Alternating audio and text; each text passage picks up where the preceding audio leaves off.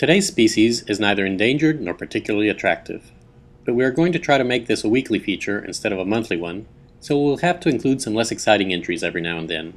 However, we will strive to have something interesting to say about each species featured. And so today I'd like to present the goose barnacle. Yes, barnacles, those shells that stick to boats and driftwood.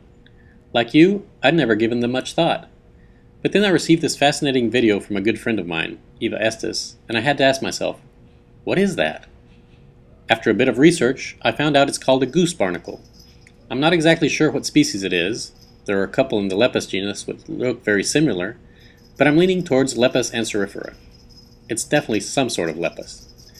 In any case, the reason I found them worth talking about, aside from sharing the video, is their cultural history.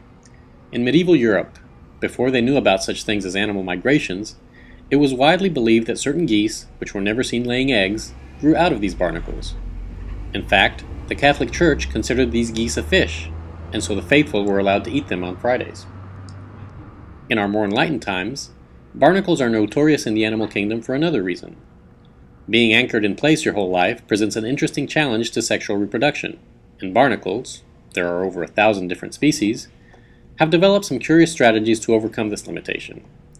And male genitalia can measure up to 8 times their body length, making them the most well-endowed animals on the planet.